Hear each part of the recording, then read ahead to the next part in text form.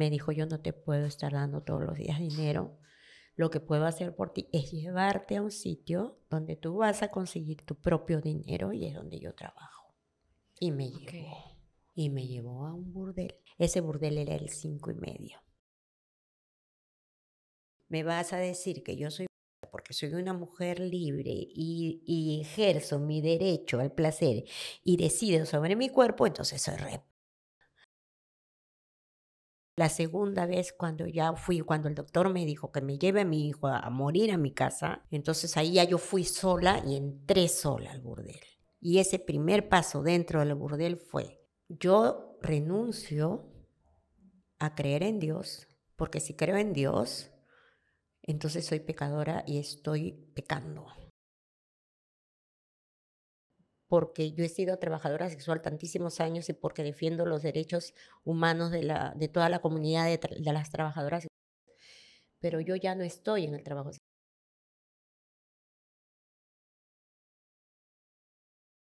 Hola chicas y chicos, bienvenidas a Catarsis Podcast. Yo soy Kiara y hoy tengo el honor de tener conmigo a Ángela Villón, que es la presidenta de, lo voy a leer porque es un nombre largo, de la Asociación de Personas que Ejercen el Trabajo Sexual, Miluzca Vida y Dignidad. Ella ejerció el trabajo sexual por muchos años, hace unos 9 aproximadamente ya no lo hace, pero hace 20 años fundó esta asociación y hoy ha venido a contarnos un poco de cómo es el trabajo sexual en nuestro país, en esa época cuando ella empezó y hoy día, ¿no? Bienvenida, Ángela, ¿cómo está? Bien, muchas gracias por la invitación y por poder darnos la oportunidad de contar parte de nuestra historia y de lo que estamos pasando ahora, ¿no? Claro. Primero cuénteme quién es hoy día. Bueno, soy una abuela, soy madre, esposa, vecina, amiga, me siento feliz y realizada. Tengo 3 hermosas hijas pequeñas actualmente y soy presidenta de la asociación, la cual nos lleva mucho, mucho que hacer, sobre todo en temas de incidencia política, defensa de los derechos humanos y lamentablemente tratar de conseguir acceso a la justicia que hasta ahora no lo logramos, ¿no? Y en eso se nos va la vida. Claro. Ahora nos va a contar cómo nació la asociación y qué buscan hoy día. Yo de hecho la pude contactar en la marcha y las vi a un gran grupo de mujeres y me gustó, me acerqué a muchos grupos a pedirles, a preguntarles si les gustaría venir al podcast y así hemos estado contactándonos con varias asociaciones. Una de ellas la suya, ¿verdad?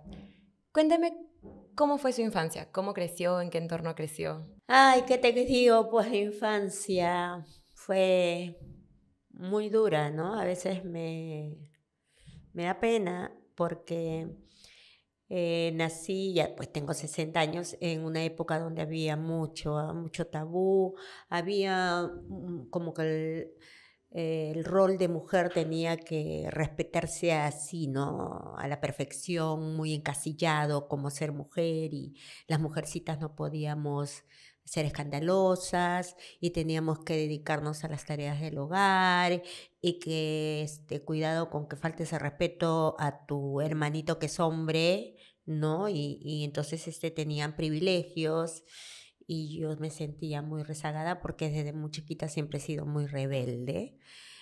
Siempre he estado en pos de la justicia y sentía que lo que a mí me pasaba no era justo. Ujú. No me sentía libre y por lo mismo era respondona y en aquella época se Sí, pegaba y se pegaba bien y recibía muchas palizas, ¿no? Y cada golpe era más sed de justicia, ¿no? Esto es injusto, esto es injusto. Y llegó un momento de mi vida que yo ya fui creciendo, ¿no? Fui creciendo y yo quería irme de mi casa, ¿no? Quería irme de mi casa porque era un infierno, ¿no? Los privilegios con mis hermanos hombres, mi padre una persona súper violenta, mi madre una persona sumisa, era de la época. claro. Yo lo entiendo ahora, pero en esa época pues tenía mucho coraje, ¿no? Y entonces me escapó de mi casa, me regresaron, ¿A qué edad se escapó? tenía creo que 15 años, 14, 15 años. Logré llegar al norte Viví en el campo un buen tiempo. Me puse en contacto con mi mamá porque definitivamente extrañaba a mi mamá. Tenía un hermano que era autista, que en paz descanse, hace poco falleció. Extrañaba a mi hermanito y entonces pude ponerme en contacto con ella y me dijo regresa. Y yo le dije que no. ¿De dónde escapó? ¿Estaban acá en Lima o en otra parte? No, escapé, logré llegar a Piura, a un lugar cerca de Tambo Grande, que le decían el 10-4, que era un puente donde habían chicheríos, y empecé a trabajar ahí. Ahí me estuve un buen tiempo, me acuerdo que hasta logré tener una chocita, encontré un asno que estaba enfermo, tirado al lado del río, lo curé. Nadie lo reclamó y me quedé con él. Mi asno se llamaba Monta y Pasea. Y bueno, estuve un tiempo ahí hasta que me puse en contacto con mi mamá y mi mamá me dijo que regresara, ¿no? ¿De qué trabajó ahí cuando estuvo? Vendía de todo, o sea, vendía chicha, porque ahí había muchos parceleros, los que trabajaban las parcelas, mejor dicho, ¿no? Entonces, los que sembraban y bajaban a comer, a cenar, y los fines de semana se dedicaban a tomar anís, fumar sus Claro, sí. cigarros, conversar, hacíamos una fogata y yo era Angelita, pues, ¿no? Y era una chiquilla. Ahí todas las señoras se peleaban por mí, o sea, porque yo atraía a la gente, en el chicherío que yo estaba, todo el mundo se iba, Como ¿no? jaladoras. Exacto, o sea, simplemente de mi juventud. Y siempre he sido una persona, a mi juicio, bien hablada, ¿no? O sea, conversaba de todo. Y eso les gustaba a los parceleros, que, por cierto, tenía mucho miedo y fue una de las razones por las cuales yo tuve que irme de ahí y regresar a mi casa porque había la costumbre del robo, ¿no? Te robaban, te hacían suya y te tenías que casar, una cosa así, ¿no? Entonces esa costumbre había y ya hubieron varios intentos de quererme robar, entonces me dio miedo y me tuve que regresar. Ahora usted en esa época era menor de edad, Claro. pero existía antiguamente también estas costumbres y más al interior del país donde se casaban muy, muy jóvenes las mujeres, inclusive siendo menores de edad. Y ya a los 15 años ya tenían niños en las provincias, pues, ¿no? Más que en Sí. la capital, ¿no? Entonces, mi temor era regresar y recibir los golpes, porque yo sabía, ¿no? Mi mamá me dijo, regresa porque tu papá no te va a pegar. No, no, me ha prometido que no te va a pegar. Y mi papá pegaba, pues aparte de que él era físico-culturista, entonces Era fuerte. era fuerte, tenía musculoso, joven. Entonces, yo bajo esa promesa regresé. Y lo cumplió. Sí, no le volvió a pegar. No me pegó. Contrató a una persona que lo haga. No, él no me pegó. Y en esa época existía la PIP. Recuerdo mucho que era un PIP.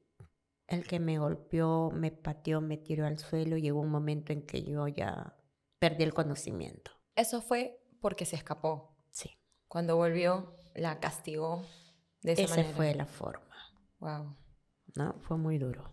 Eso marcó más injusticia porque estuve mucho tiempo encerrada en mi casa, bajo candado, con las puertas cerradas, la ventana cerrada con candados. Entonces, cuando ya se suponía que yo ya estaba mansita y que ya podía ser fácilmente manejable, me abrieron las puertas, ¿no? Pero yo dije, no me voy a volver a escapar de esa manera, no voy a poder. Dije, bueno, el primer hombre que pase por mi vida, me entrego, se casa conmigo, pero me saca de la casa. Claro, era su forma de salir de la casa. Era la manera de salir de la casa en esa época y yo ya había cumplido 17 años. Entonces, eso fue lo que pasó. Un tipo, yo completamente vulnerable. Claro. Me llevaba 30 años. Me enamoró, me sedujo y me entregué. En Guam salí embarazada. Entonces dije, ya, acá me lleva. Pero el hombre se desapareció. Y yo con la barriga. Y la dejó en su casa. Yo estaba en mi casa. Yo todavía estaba en mi casa. Entonces no pudo salir. No, yo tuve de todas maneras que escaparme porque ahí venía ya otro tema mucho más grave, ¿no? Y su padre, cuando la vio embarazada y joven, Y sin un hombre que responda. Bueno, no sé qué habrá pasado en realidad. Lo que yo sí sé que es que él, yo ya no era su hija porque era una calzón flojo, porque había arrastrado su apellido y no sé qué. Y ya no me iba a buscar porque como sabía que yo ya estaba embarazada, entonces era la vergüenza de la familia y había dado la orden de que pobre de aquella familia que me ayudara, ¿no? O sea, no podía recurrir a mi familia porque había esa orden. Claro, él los tenía de alguna manera advertidos, que no le ayuden. Que no me ayuden porque de lo contrario se la iban a ver con él, ¿no? Entonces la dejó bastante sola. Así es, estuve viviendo buen tiempo en la calle. Estando embarazada yo recuerdo que cómo conocí a las trans, ¿no? Mi primer acercamiento fue con las chicas trans. Yo las quiero mucho. Me senté en la Plaza San Martín y a muy largas horas de la noche se acercó una chica trans y me dijo, te he visto varias horas acá, ¿qué haces acá? Y yo pues mi cara de chibolita en esa época tenía 17 años, estaba embarazada, creo que tenía ya 4 o 5 meses, no recuerdo. Y me dijo, ¿tienes hambre? Ven, me dijo, te llevo a comer, me llevó a comer un pan delicioso, me acuerdo. Y entonces me dijo, yo necesito a alguien que me cuide, me llevó a su casa, ¿no? Me atendió y el que le cuide era que si le agarra la policía a ella, avise que si está bien, que si está mal. O sea, más que nada era algo muy sencillo para lo que ella hacía, no por mí, ¿no? Era como que usted la alertara, le dijera si la estaban buscando, si la estaban viendo. No, era avisar a las compañeras de ella Ok. dónde estaba y que si estaba bien para que la vayan a buscar. Porque generalmente ok. lo que hacían eran las batidas y nadie sabía dónde nos llevaban. Porque ahora, por ejemplo, si te agarran en el parque universitario, te corresponde la comisaría que está cerca. Por ejemplo, si te agarran en Plaza San Martín, Quirón Cepita, te corresponde la comisaría de Alfonso Ugarte. En esas épocas, ¿no? La llevaban Te llevaban y no, tú no no sabías sé. dónde te iban a llevar, Entonces su labor era avisarle a sus amigas en qué comisaría iba a estar. dónde iba a estar, con quién, porque yo estaba cerca, entonces Ujú. podía inclusive tomar nota de quiénes, porque en esas épocas no había reglas, o sea, ahora sí las hay. Para hacer una intervención tiene que haber un oficial a cargo, Ujú. tiene que estar el policía Su identificado nombre, con su claro. marbete, tiene que haber un fiscal de prevención de abusos, Ujú.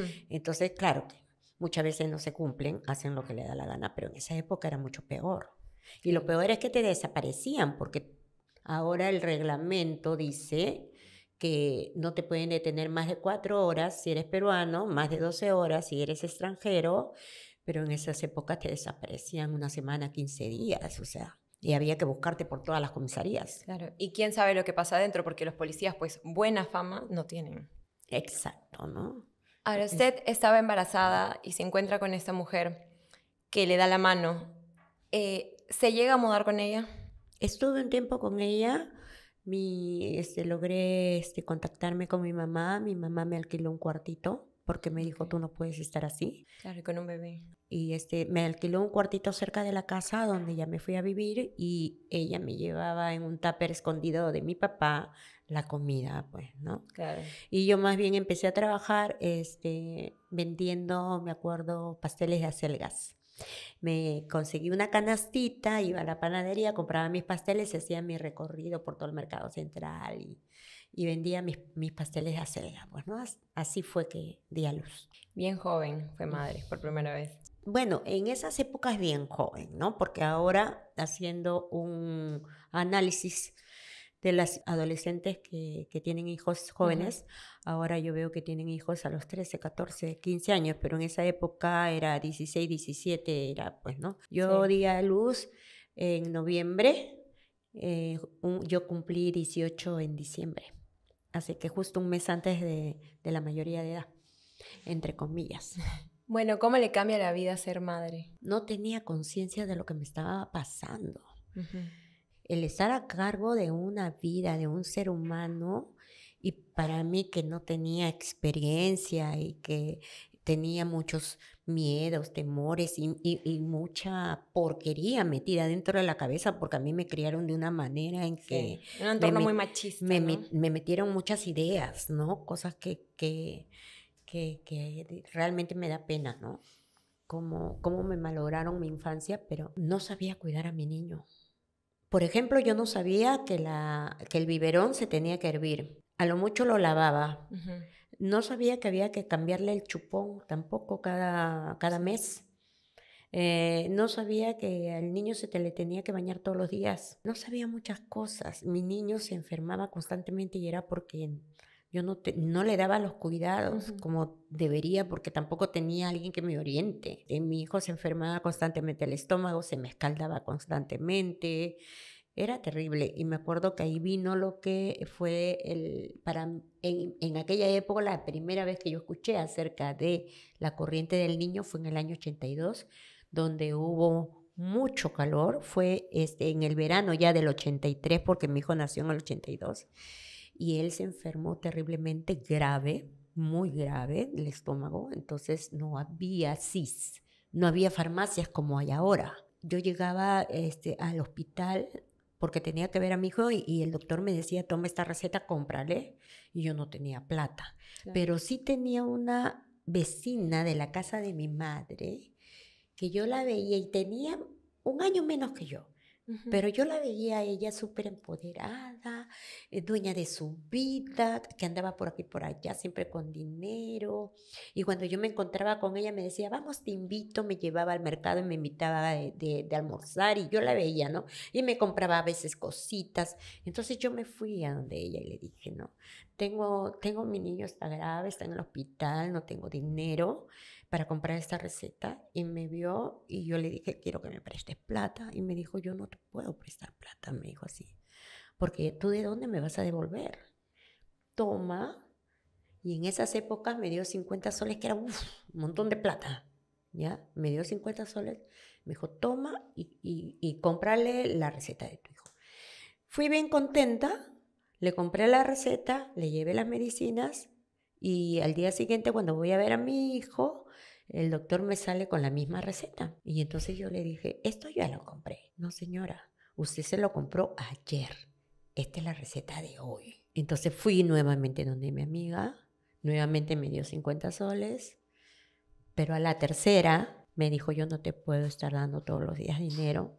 Lo que puedo hacer por ti es llevarte a un sitio donde tú vas a conseguir tu propio dinero y es donde yo trabajo. Y me llevó. Y me llevó a un burdel. Ese burdel era el 5:30.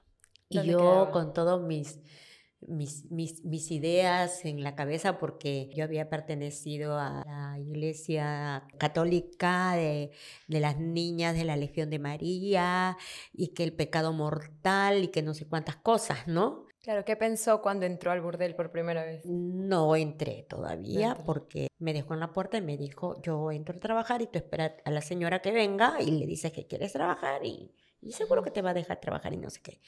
Entonces, estaba esperando a la señora que venga, la mami, y empiezo a mirar por el umbral de la puerta porque todo se veía oscuro, pero rojo adentro, ¿no?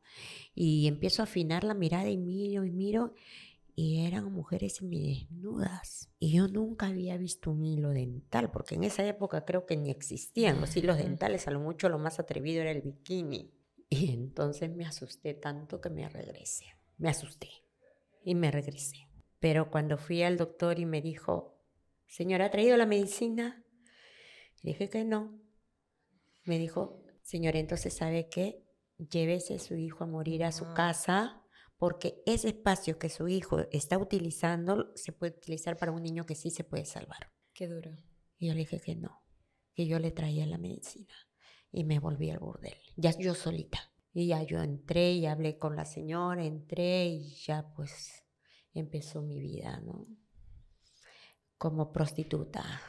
Ahora, en esa época tenía a su hijo mal y por eso, digamos, que toma este primer impulso de ir porque se ve un mundo muy, muy complicado, muy peligroso. Se siente desde afuera, al menos. ¿Qué es lo que le dice usted dijo hace un ratito mami? ¿Por qué le dicen mami? Así le decían a las administradoras de los lugares, le decían las mamis, porque era quienes veían, entre comillas, a todas las chicas que eran como sus hijas, ¿no? Y supuestamente nos tenían que cuidar, ¿no?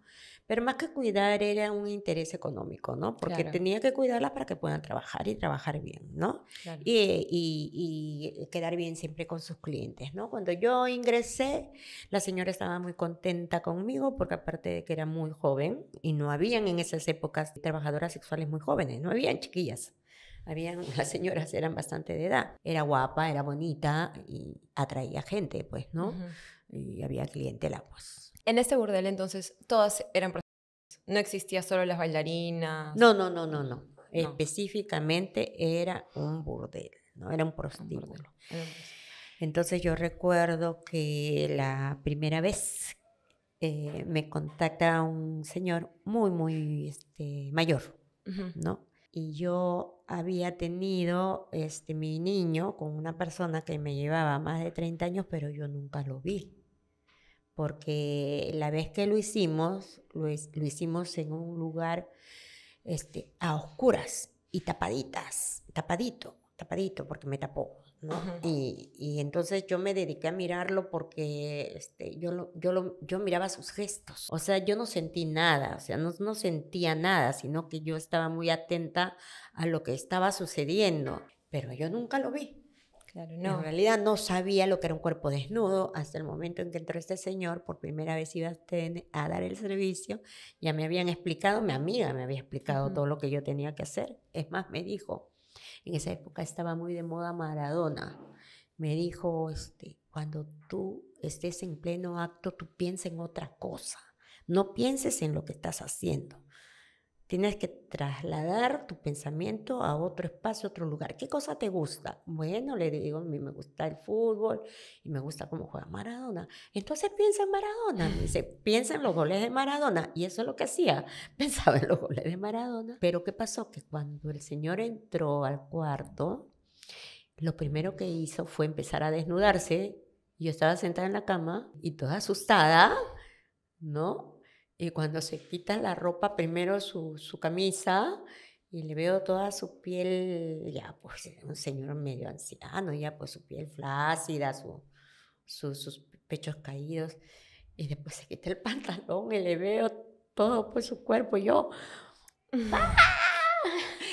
Pegué un grito así, que lo vi al pobrecito, que más rápido, que inmediatamente se empezó a vestir rapidito, así. Cálmate. Y después se sentó a mi lado, ¿no?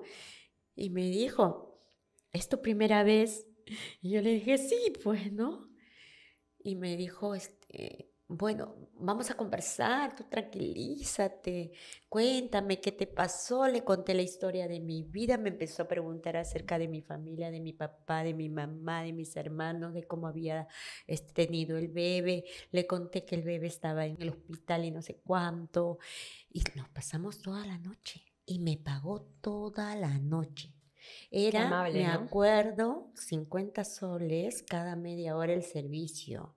Estuve como 6 horas con él y me las pagó toditas. Entonces nunca me tocó. O sea, su primera vez no fue una primera vez real. Exacto, Pero no. qué amable el señor, porque imagino que no todos los clientes han sido igual de amables. No. Y me dio una plata aparte y me dijo, para tu hijo. Y yo me fui, te juro que me fui, y mi hijo lo cambié, lo saqué del hospital, lo llevé a una clínica porque empecé pues a tener dinero, ¿no? Al día siguiente ya fui, ya hice el servicio, lo hice con una persona más joven que era universitario.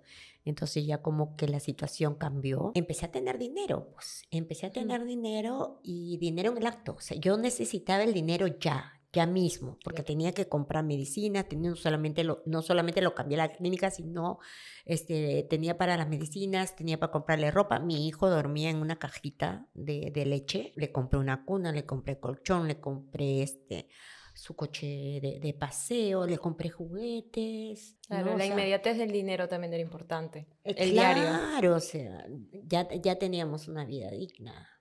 ¿no? Claro. Después de la primera vez que sí tuvo sexo con el cliente, ¿cómo se sintió después? Bien. me sentí bien porque no era nada de lo que me dijeron. Lo que sí era el tema de poder romper con la culpa y la vergüenza, pero lo hice justamente en el momento que yo entré y doy un paso dentro del burdel, pero ya la segunda vez que fui, porque la primera vez no llegué a entrar. La segunda vez cuando ya fui, cuando el doctor me dijo que me lleve a mi hijo a morir a mi casa, entonces ahí ya yo fui sola y entré sola al burdel. Y ese primer paso dentro del burdel fue, yo renuncio a creer en Dios, porque si creo en Dios, entonces soy pecadora y estoy pecando. Y estoy decidiendo pecar. Y yo no podía vivir con eso a cuestas. No podía entrar y hacer ese trabajo con esa piedra en la espalda, ¿no? Ese peso en la espalda. Entonces dije, a partir de ahora. Lo que me consolaba de eso era que si yo estaba decidiendo cometer pecado mortal, otros pagaban por pecar, entonces cometían doble pecado. Eso era lo único que me consolaba. Claro, Pero por eso te digo, qué pena me da a veces mirar atrás y ver toda esa porquería que nos meten a las mujeres en la cabeza, ¿no? Para controlarnos, porque eso es, y hasta ahora no podemos ejercer libremente nuestro derecho sobre nuestro cuerpo o nuestro derecho al placer. Los hombres sí, tienen ese privilegio, y si le llaman putos se sienten, en una nube. En nuestra sociedad, mientras más mujeres haya tenido un hombre, inclusive se le enaltece, se le mejor. Más antes que ahora, digo, ¿no? Ahora creo que ya los hombres de mi generación quizás han cambiado un poco ese chip, lo que es muy bueno, pero antes también a las mujeres que tenían muchos hombres se les veía como personas terribles. Así es, en cambio a nosotras el peor insulto que se nos puede dar es decir que somos putas, ¿no? Pero ahora hay toda una corriente, y ya de un par de décadas, de que la puta es aquella mujer que ha logrado ejercer sus derechos sexuales, ¿no? Y se considera una mujer libre. Por lo tanto, si tú me vas a decir que yo soy porque soy una mujer libre y ejerzo mi derecho al placer y decido sobre mi cuerpo, entonces soy re... Ahí sí con ganas. Ahí sí con ganas, ¿no? Por eso que me dicen, ¿no? Un día un tipo, cuando yo estaba reclamando por unas chicas que estaban detenidas en la comisaría de Apolo, era un capitán que estaba a cargo de esa redada que habían hecho en un lugar de trabajo sexual. Y la había agarrado a la más vulnerable porque ese es su modus operandi de la policía, ¿no? Cuando agarran un grupo de mujeres, agarran a las más vulnerables y la torturan que te voy a meter presa, que te vas a ir a la cárcel y que si no me dices, señálame quién es la policía. Aquí a veces no hay, no existe la figura de la, ¿no? Es que se organizan y le alquilan su departamento para poder ejercer su trabajo, ¿no? Pero esta chica la encontré llorando, y me decía, Ángela, mira lo que me han hecho, no me han dado ni siquiera agua ni de comer, me tienen acá así, y no había ni siquiera llamado al fiscal. Yo tuve que llamar al fiscal, a la fiscalía, y para colmo el fiscal no venía, y entonces me dio una rabia porque ni siquiera me dejaron pasarle comida a la pobre chica. No me dejan, la estaban torturando y matando de hambre porque ya es su segundo día ahí. Y entonces me fui contra todo con esa rabia. ¿Quién es el oficial a cargo? ¿Quién es? Y nadie me quería decir, ¿y quién es el oficial a cargo? Y empecé a gritar, hacía un escándalo dentro de la comisaría hasta que el capitán dijo, yo soy el oficial a cargo. Dijo así, ¿y tú quién eres? Y yo le dije, yo soy la presidenta de la Asociación de Trabajadoras Sexuales. No, tú eres una... Me dijo así. Y yo le dije, puta, a mucha honra. No soy corrupta ni soy una delincuente como los... Delincuente, porque ustedes están acá para extorsionar y para a mis compañeras. Y empezó a gritar, sáquenme esta puta de acá, puta, mucha honra. Y así se resignifica la palabra puta. Así es. Por eso es que cuando a mí me dicen puta, muchas gracias. ¿Cuántos años ejerció la prostitución? Empecé a los 18, prácticamente recién cumplidos. ¿no? Y hasta el 2016, diciembre del 2016, más o menos, como ¿cuántos Como años? hace 10 años. O sea, No, desde está los bien, hasta pero los 50. 37 años, Sí, una cosa como 38 así. años. Y en todo el Perú, pues, ¿no?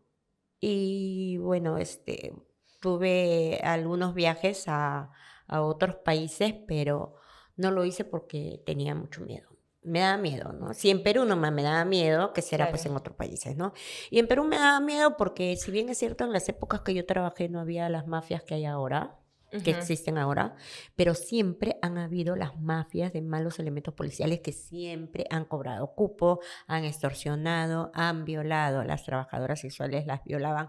Inclusive en aquella época cuando yo trabajé había una élite que se llamaba licencias especiales, que Ujú. era de la PIP, cuando Ujú. había PIP todavía, Ujú. que era la Policía de Investigaciones del Perú. Entonces ellos tenían una cúpula y tenían todos los beneficios. Ellos podían ir a todos los burdeles que querían, podían tener relaciones sexuales con todas las mujeres que quería, todo gratis. Sí, Iban y cobraban la chancha, el cupo, les tenían que pagar porque si no los intervenían, claro. porque ellos eran los que daban las licencias. Y me acuerdo que nosotras teníamos, el carnet de la atención médica periódica que nos daba el Ministerio de Salud, pero teníamos que ir a sellarlo a licencias especiales. Ok, Y entonces, teníamos que pagar 30 soles por el sello, o sea, cuando las era tenían gratis. controladas, las tenían como ahora hacen los extorsionadores, pero las extorsiones venían de la De la policía. policía. Y no solamente eso, sino que ellos hacían sus grandes batidas y chapaban a 60, 70, porque en esa época estaba el pinochito, esos grandes que con los que hacían la leva de aquellas épocas para el servicio militar. Bueno, Claro. igualito, eran unos pinochitos grandes, así le decían. Nos llevaban 60, 70 bien apiñaditas. Nos metían a la celda y ahí eran las 8 de la noche, las que tenían 50 soles podían salir. Las 10 de la noche, las que tenían 40 soles podían salir.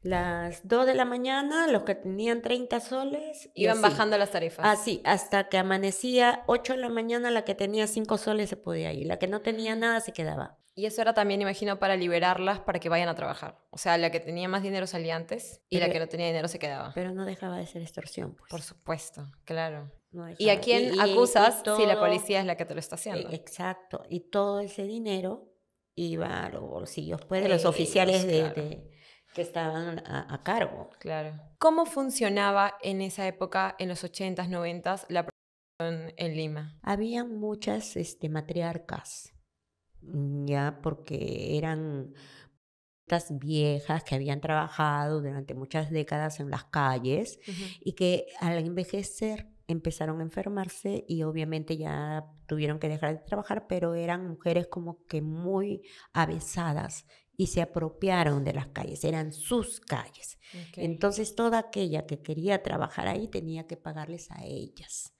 Y no solamente eso, sino que ellas, su modus operandi de ellas era irse porque Lima estaba muy emergente, empezaron a haber muchos pueblos jóvenes, empezaron a haber muchas invasiones, Claro. empezaron a invadir, por ejemplo, Villa Salvador, Los Arenales, en San Juan del Lurigancho, en Ujú. Ancón, entonces ellas se iban a los lugares marginales donde veían a las chicas, por ejemplo, chiquillas, ¿no? En sus chocitas, en sus lavatorios, lavando ropa y les iban y las captaban Las y les captaban, sí. decían, ¿no? Mira, te voy a llevar a un lugar donde puedas trabajar, tú no vas a hacer cosas distintas a lo que haces con tu enamorado, porque tu enamorado no te da nada, acá te van a pagar, te vas a poder comprar tu zapatilla de marca, que en esa época estaba de moda comprarse ropa de marca y no sé qué. Y las captaban, pero les tenían que pagar 20 soles diarios. ¿Y estas chicas las tenían en algún lugar específico? ¿Las traían a Lima y las tenían acá? ¿O regresaban a sus casas? No, no, no, no. Ellas las captaban en sus casas, Ujú. pero las chicas iban y Iban y venían. venían. Claro, las chicas iban y venían. ¿Y por este pago ellas recibían algún tipo de protección o respaldo? Simplemente podían trabajar en Ok, la les daban esquina que le permiso. pertenecía. Por ejemplo, se habían repartido todas las calles, Ujú. ¿no? Las matriarcas. Las matriarcas ya murieron, Ya no hay. ya no están, ya murieron, pero heredaron sus hijos. ¿no? O sea, heredaron sus hijos. Ahora ya no existe prácticamente eso porque muchos no quisieron hacerse cargo de ese negocio, ¿no? Ujú. Hay muy pocos en realidad los que han quedado, pero por ejemplo, en San Juan de Miraflores todavía existe, en el centro de Lima, en algunas calles existe, porque también empezaron a surgir el movimiento de trabajadoras sexuales y Claro, se tuve la unieron. oportunidad de poder fundar la primera organización en la historia del Perú de trabajadoras sexuales en los cuales empezamos a empoderar a las Ujú. trabajadoras sexuales. Entonces empezamos también a hacer denuncias, a hablar de la problemática, a estar en mesas de negociaciones, a hablar con las autoridades. No hemos logrado desaparecer, pero sí reducir estas organizaciones criminales que estaban inmersas dentro de la Policía Nacional. El problema es que no se podía denunciar porque cuando tú haces una denuncia, tú tienes que hacerla con nombre y apellido. Y ahí es donde empiezan las represalias. Las matriarcas de aquella época, por ejemplo, trabajaban con las pandillas más avesadas de Renovación, por ejemplo, las del centro de Lima, ¿no? Entonces la que no quería pagar o la que se rebelaba, venían y te cortaban con la gilet, te cortaban el pecho, te cortaban el glúteo, te cortaban la pierna. Entonces Claro, les hacían daño, estaban amenazadas claro, entonces, ahora todo eso ya no hay, ¿no? hoy Ya, en día. claro. Usted empezó trabajando en un burdel. Ujú. ¿Se quedó ahí muchos años o cómo es que luego fue cambiando su trabajo? Me salí a la calle, porque recuerdo mucho que cuando yo trabajaba ahí, estaban los mozos que Ujú. atendían a los clientes, venían clientes de mucho dinero, o sea, conocía mucha gente bien ahí. Hasta que llegó un momento, no sé si fue a los 2, 3 años que estaba trabajando ahí, en que los mozos empezaron a ser como una especie de intermediarios entre el cliente y la trabajadora sexual. Y eso no me pareció. Porque Ok. en el trabajo sexual no debe haber intermediarios. No es que un amigo tuyo te va a ofrecer a ti. No. Claro, ok. Sino que tú Es directo eres, el trato, es digamos. directo el trato. Tú eres la que tiene que decir en qué consiste tu servicio, cuánto es lo que vas a cobrar y se acabó. Y te anuncias o ya tendrás tu cartera de clientes, qué sé yo. Pero cliente que entraba al burdel, en la puerta se ponían, eran como 3, 4 mozos, se ponían los mozos y no lo dejaban pasar al cliente porque le decían, por ejemplo, ¿no? Ay, que acaba de llegar una chica que nuevecita, que no sé qué, que es de la selva o que es de la... No, así, Ya, ya que calentita, que... Entonces el cliente decía, bueno, ya, preséntamela. claro. Y por presentarla teníamos que pagarle 5 soles al cliente. Al Al mozo, mozo. perdón, Ok. al El mozo mozo. como que funcionaba de ¿Cómo? jalador también, Sí, de intermediario, sí. así es. Y eso no me pareció, porque Ujú. siempre era que el cliente entraba, miraba al ramillete de mujeres que habíamos ahí y escogía, ¿no? Entonces yo me quejo con el dueño y el dueño me dice, no, yo les he dado permiso. ¿Pero por qué? O sea, eso no debe ser porque me han pedido aumento de sueldo y yo no les voy a aumentar. Así que les he dicho que lo vean. Ok. Entonces me fui a la calle y conmigo se fueron 30. 30. Ujú. Eran varias. Eran un montón. Trabajamos ahí como 80 mujeres. Wow. Y tú sabes que fuimos las primeras que implementamos en el 5 y medio el trabajo en calle. En el 5 y medio, porque el 5 y medio eran lugares exclusivos que tú llegabas de frente, entrabas al burdel, no encontrabas ninguna mujer en la calle. Ok. Entonces nosotras empezamos a trabajar en la calle, jalábamos a los hoteles aledaños, tanto así que empezaron a surgir más hoteles Ujú. ¿Por qué zona era? en la zona industrial, ¿no? A la altura del 5 y medio. Ok. Por eso que le decían el 5 y medio. 5:30. Sí, el kilómetro 5 y medio.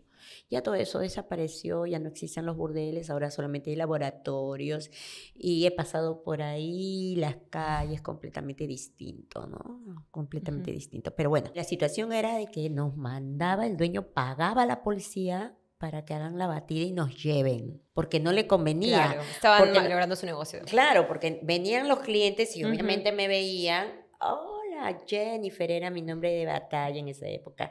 ¿Qué haces acá?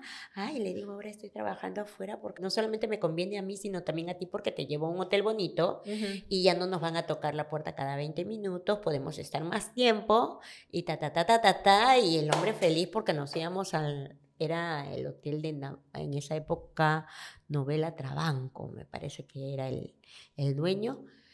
Y era un departamento que tenía espejos hasta por el techo, espejo por acá con sus lucecitas rojas, un lugar excelente, bonito. Y ya, Claro, era más entonces, cómodo. Era más cómodo, el trato era directo, entonces ya no llegaban al burdel. no, le estábamos tumbando el negocio Claro. a, Y él les mandaba a la policía. a Pinchete, me acuerdo, Pinchete ya murió, era el dueño El del, dueño. del burdel, sí. Y él les mandaba a la policía. Y nos mandaba la policía, ¿no? Pero la policía siempre cobrando, Y la policía ganaba porque les cobraba a ustedes también. también O nos les- cobraba. ¿Cómo era un día en su vida?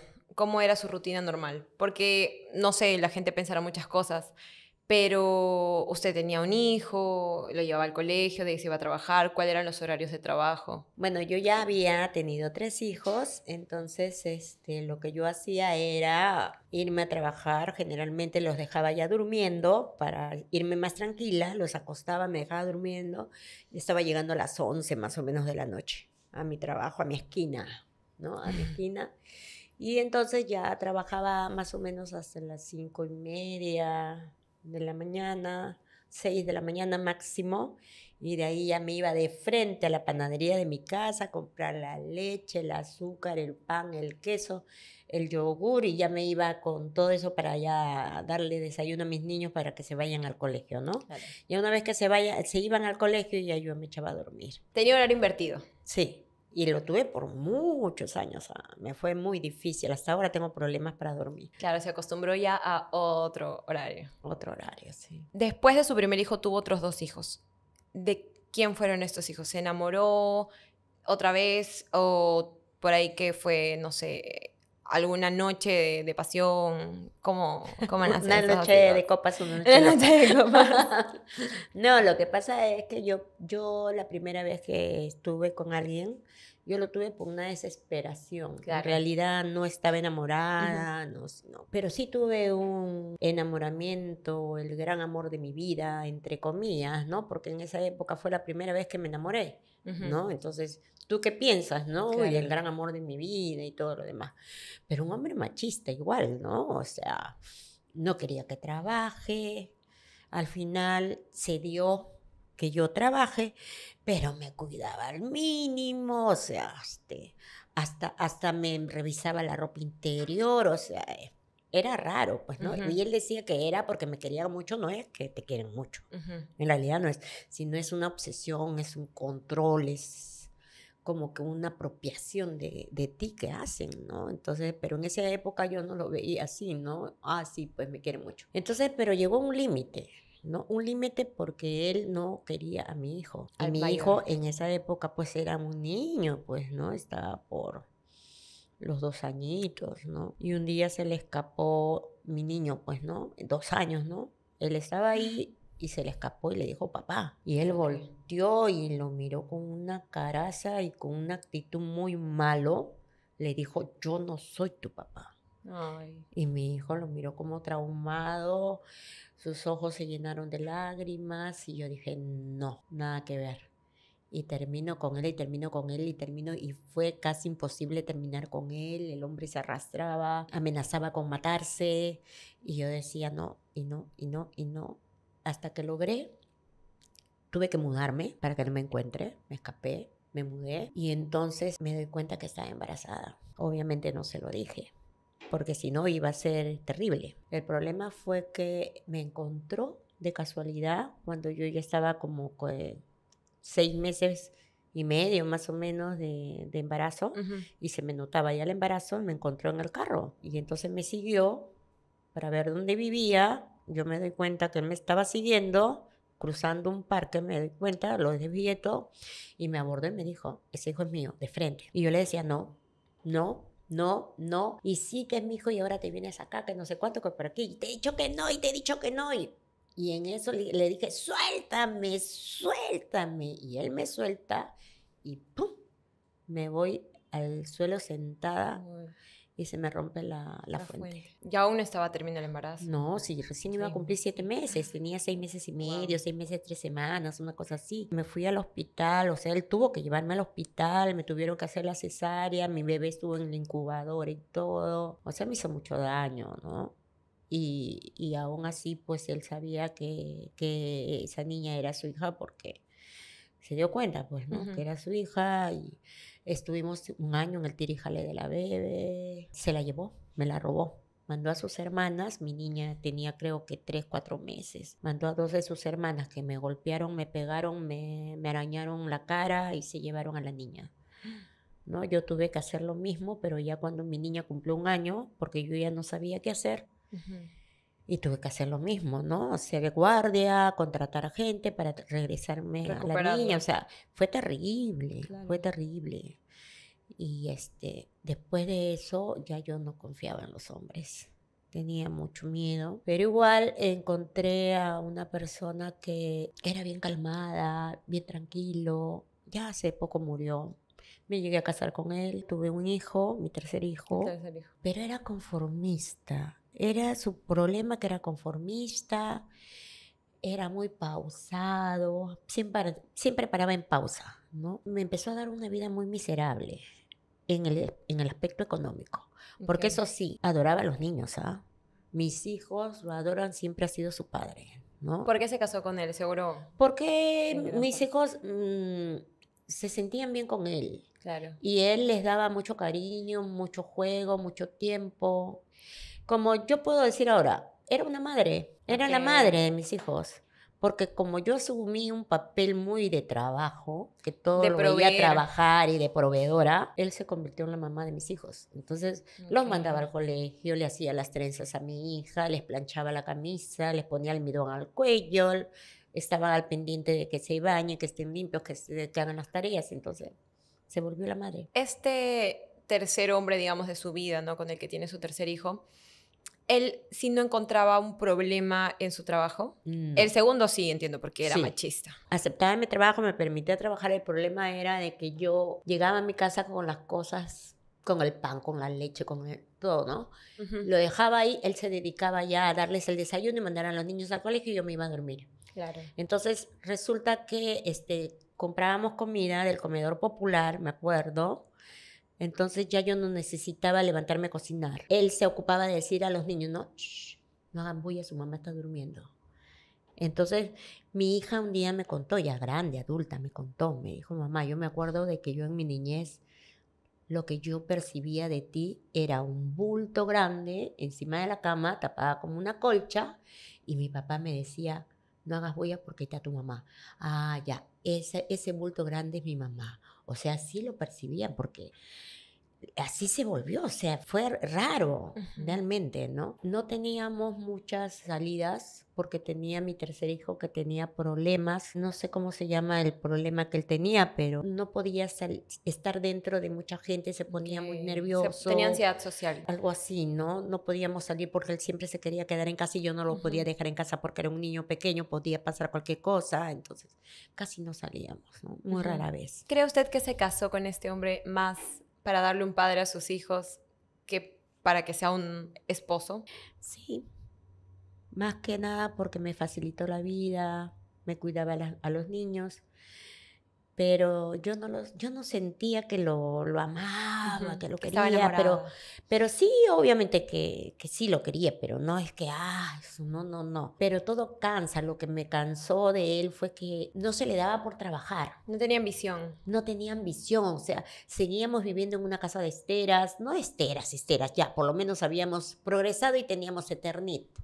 Ya, el Eternit lo podía forrar de plástico. Pero cuando llovía, igual pasaba la lluvia. Y no avanzábamos la casa teniendo, o sea, un espacio como para poder construir.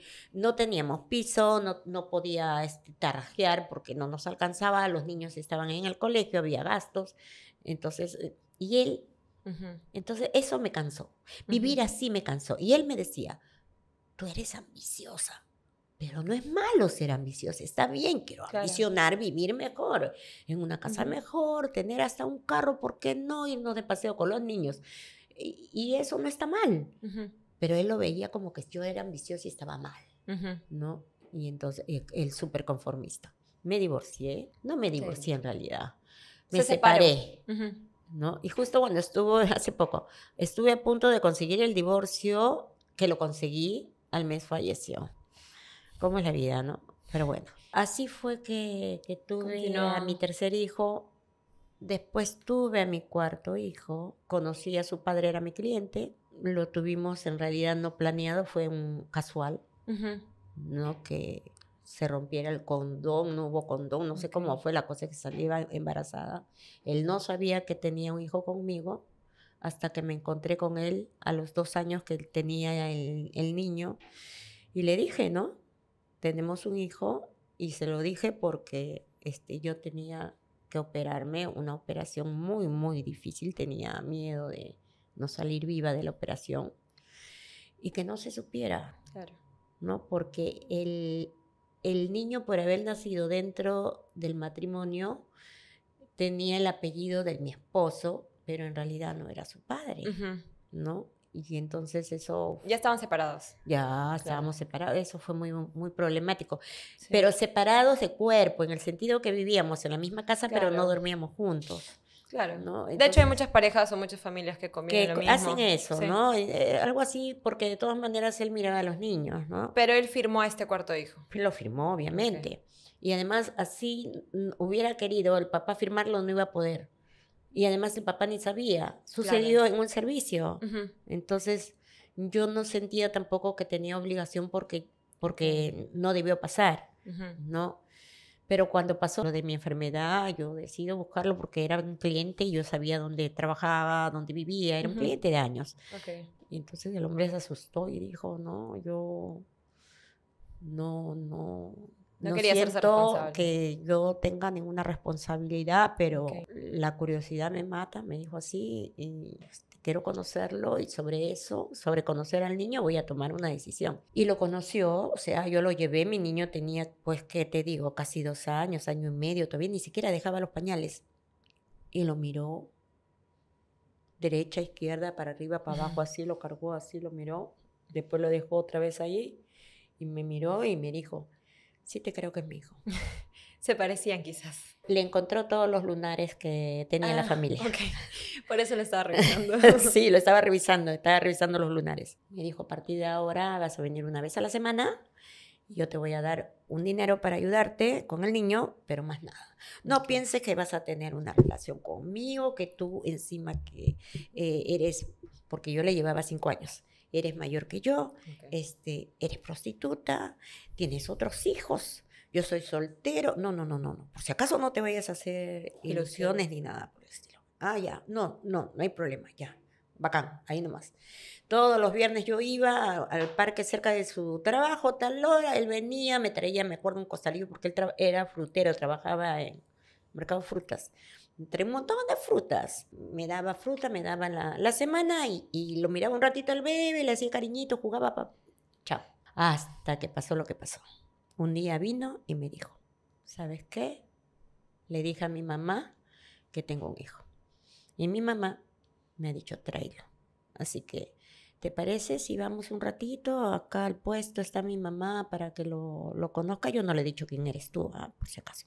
Solamente le he dicho que ha sido una enamoradita y que la mamá lo vio y se enamoró del niño.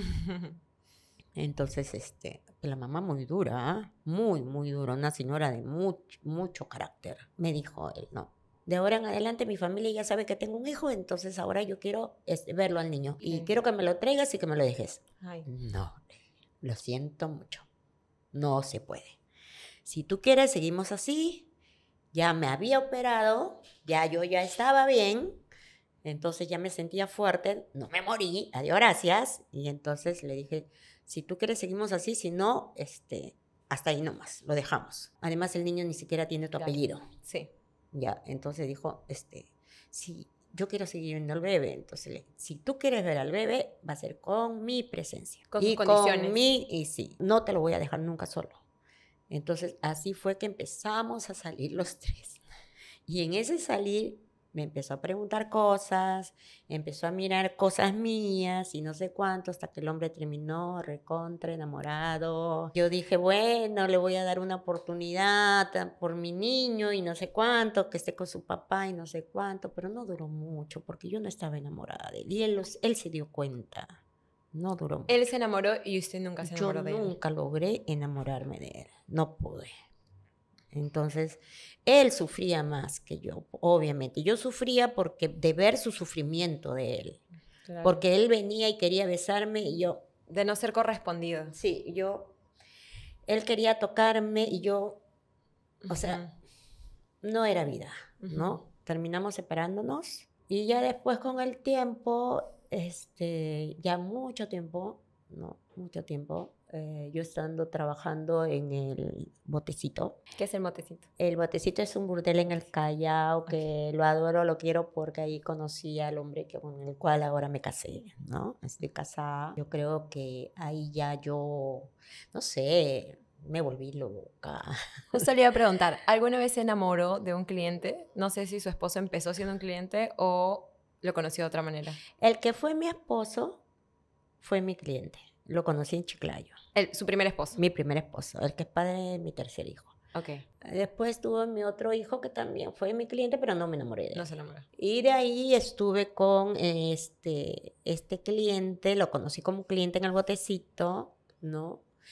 Yo me acuerdo que me sentía muy culpable porque yo estaba de novia todavía. Mi relación con mi novio iba mal, iba pésimo, pero era una relación de ya varios años, ¿no? Con otro novio. Sí, supuestamente nos íbamos a casar y todo, y él también me permitía mi trabajo, me dejaba en libertad, yo podía expresarme. Entonces yo terminé con él, ¿no? Terminamos.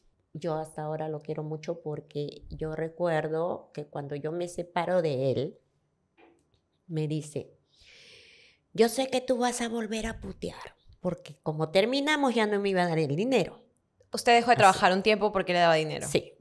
Pero trabajaba a escondidas, eso es lo que él no sabe. Igual yo me daba mis escapadas y me ponía a trabajar. Pero bueno, yo por no hacerle daño, porque él ya era demasiado, ya se cuestionaba mucho, no quería que nadie me toque, no quería que nadie me mire. Se sentía inseguro de su trabajo. Sí, entonces ya. Inclusive de las chicas trans, cuando yo andaba con las chicas trans.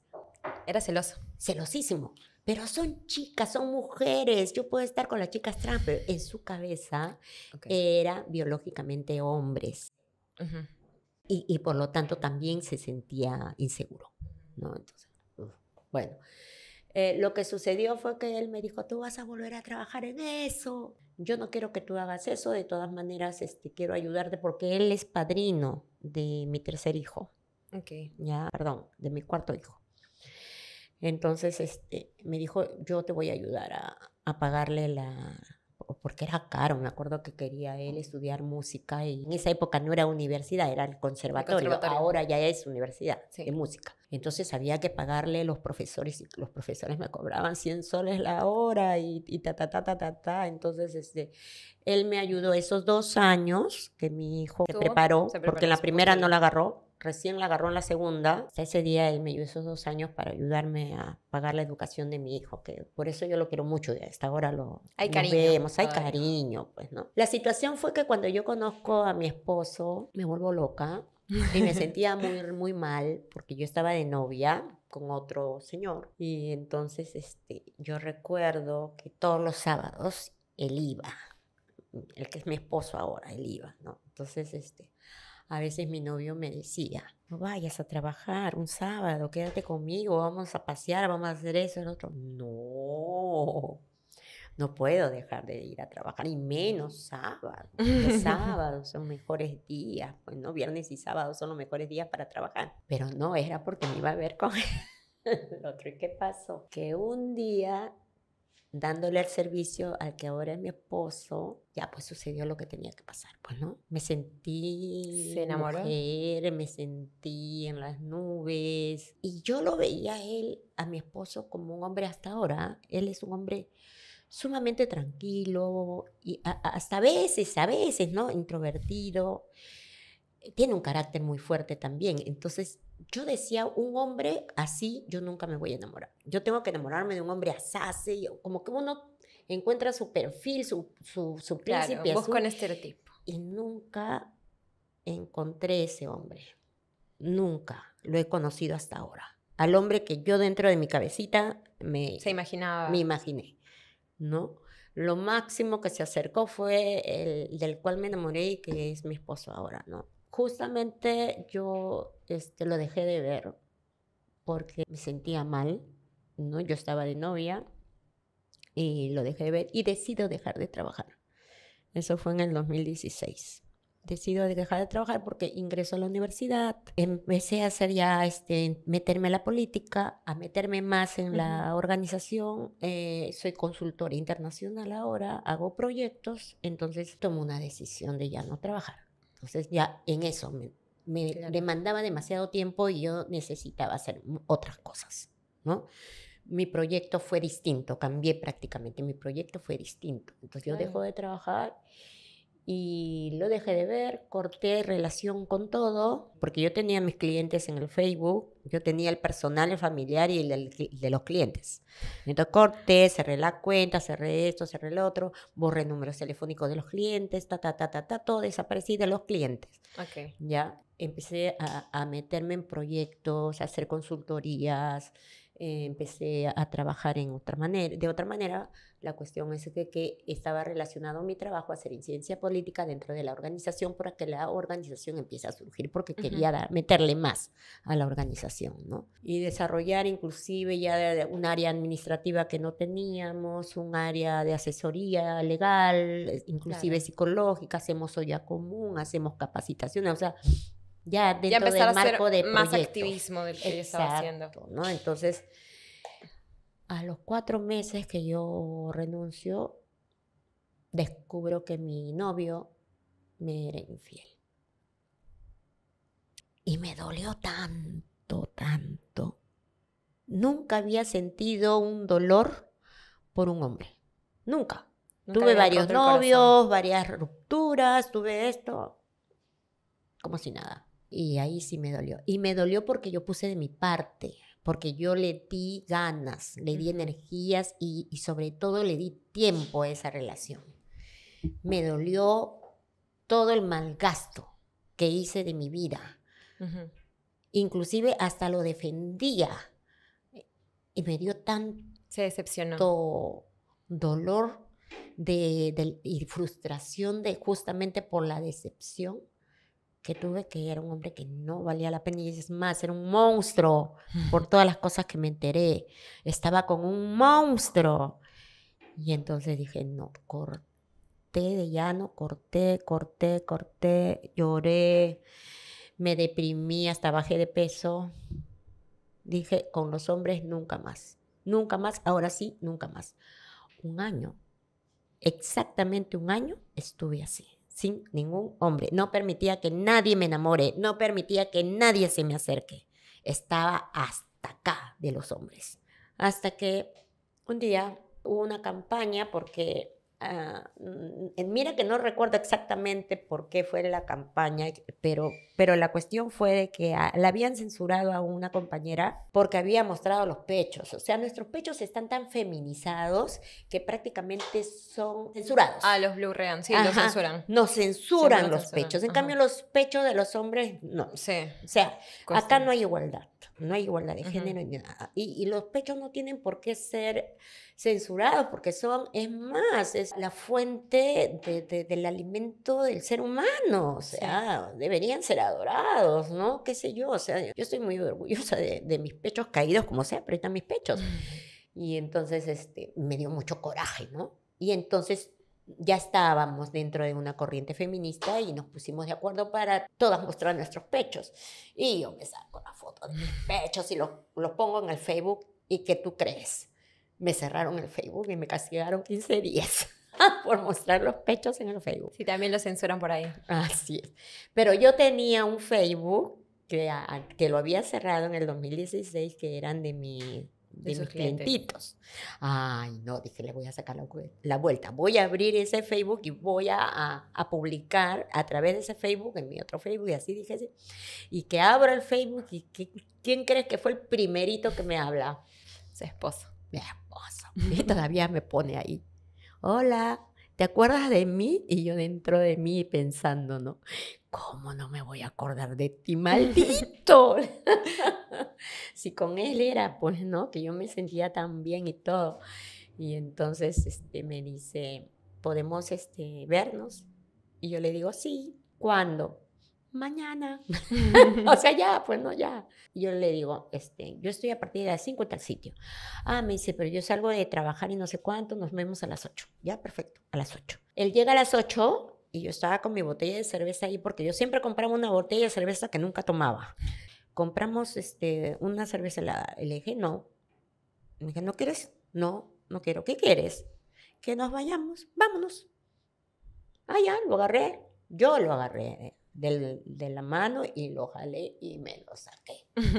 Y lo que más, es una anécdota que siempre nos reímos, ¿no? Lo que más, no, nos dio risa. Yo siendo la madre, porque a mí me dicen la madre superiora, o sea, hoteles así que yo pueda ir, no conozco, pues, porque no he tenido, pues, No conocí hoteles. de estar así con novios Claro. en hoteles en el centro de Lima. Y entonces, y él menos. Y entonces recuerdo que vi algo bonito, así como una entrada con luces, y dije, este debe ser un hotel. Había una escalerita y todo, ya, vamos al hotel, y nos metimos a un chifa. Siempre nos acordamos que buscando hotel nos metimos a un chifa. Al final, así empezó nuestra historia. ¿Cuántos años llevan de casados? Nos hemos casado hace poco. Ah, hace poco. Sí, primero yo no he querido casarme de frente, o sea, quería convivir con él primero y aparte de eso, yo nunca, y eso mis hijos lo saben y lo asumen, yo nunca he tenido un hijo deseado y planificado. Todos mis embarazos, si bien han sido queridos, Claro. era, chaque, no me viene la regla, ya estoy fregada, ya me jodí, ¿ahora qué hago? O sea, así. ¿No? Un bolondrón, un mundo se me hacía hasta que ya poco a poco ya iba asumiendo mi embarazo y yo misma me daba fuerzas y decía, las cosas van a salir bien, las cosas van a salir bien. Claro. Pero siempre había tenido ese deseo. El problema fue que en el 96 nace mi cuarto hijo y de repente, después de que mi niño nació, entraron 4 personas, 3 hombres y una mujer, y me di así, ya mamita, ya, tú ya tienes 4 hijos, tienes más de 30 años, así que tú calificas y te vamos a esterilizar. Firma acá. Te vamos a hacer un favor. Y yo le decía que no, porque yo tenía todavía dentro de mí, nunca me había enamorado en ese momento. Yo quería enamorarme, quería vivir, o sea, quería vivir esas experiencias, Claro. quería en algún momento tener un hijo deseado, pero no, tenía 30 años y tenía 4 hijos, entonces yo ya calificaba para eso, o sea, yo ya estaba imposibilitada, según la mirada del Estado, de que yo dirija mi vida y decida cuántos hijos tener, ¿no? O sea, yo lo siento, hasta ahora me amputaron las trompas. Para mí, yo lo siento como que fue una amputación. Me Claro. amputaron las trompas y yo estaba en ese momento, no, de repente siento el corte porque ni anestesia me pusieron, sentía que me jalaban así, yo gritaba como loca, no, ayuda, ayuda, y cállate, te estamos haciendo un favor, ¿qué más quieres? Cállate. Y así. Y entonces me acuerdo que me trajo muchos problemas porque lo hicieron re mal, porque dejaron en mi ombligo un hueco que podía entrar todo el dedo, ¿ya? Porque así como que te lo hacen así un hilván y apestaba, no tienes idea, por más que me lavara, por más que me echara lo que me echara. Y no solamente eso, sino que mi sistema hormonal también cambió. Claro, por supuesto. Las espaldas me crecieron así, mis caderas así era un triángulo yo. O sea, yo no podía creer lo que me habían hecho. Yo me fui al hospital 2 de mayo para que me saquen la ecografía, prácticamente le exigí al doctor que me saquen una ecografía porque quería saber si verdaderamente habían hecho lo que dijeron que habían hecho. Y efectivamente lo habían hecho. En la ecografía salió que me habían amputado las trompas. Ni siquiera fue una ligadura, fue una amputación. Ujú. La forzaron a esterilizarse. Sí. Y no tienes idea lo que me costó. Estuve alrededor de 2 años para poder juntar el dinero porque ya no tenía el cuerpo, esto apestaba, ya no podía trabajar así, porque no podía trabajar así. Estaba con un cliente y salía mal olor, o sea, era terrible. Ujú. Entonces, para juntar el dinero y poder reconstruirme el ombligo, porque eso es lo que tuve que hacer, una Wow. reconstrucción del ombligo. ¿Y No, qué y tal me con el jodieron tiempo? la vida, me jodieron la vida porque tú no tienes idea lo que me ha costado poder tener esta niña ya dentro de mi matrimonio, como lo que Ujú. yo quería vivir, o sea, un gran daño grave, grave lo que me No, y hicieron. además, sin usted quererlo, sin pedirlo, han abusado de su cuerpo, Como si fuera una vaca, como si fuera un como animal. si fuera un animal. ¿Cómo si tiene su quinta hija? Yo quería vivir la experiencia del amor, del deseo, de poder, porque yo siempre he sido, que te digo, no es que crea en el amor romántico ni nada de esas cosas, porque con el tiempo eso se me fue.